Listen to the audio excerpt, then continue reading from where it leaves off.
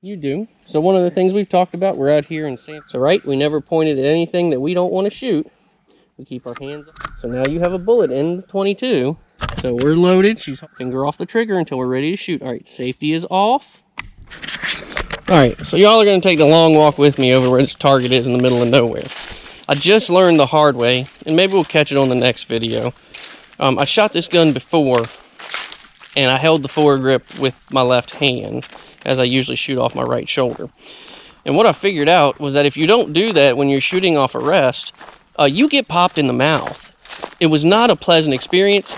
Wasn't too horrible, but I definitely got a rude awakening. So we're going to set this up, see if it even hit the target. We're going to go from there. Great start.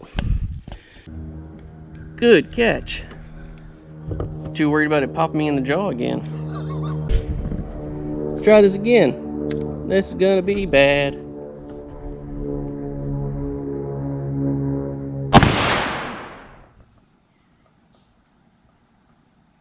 And here it is. Uncle Greg was just talking about misfires, and I told him I hadn't had a single issue with these.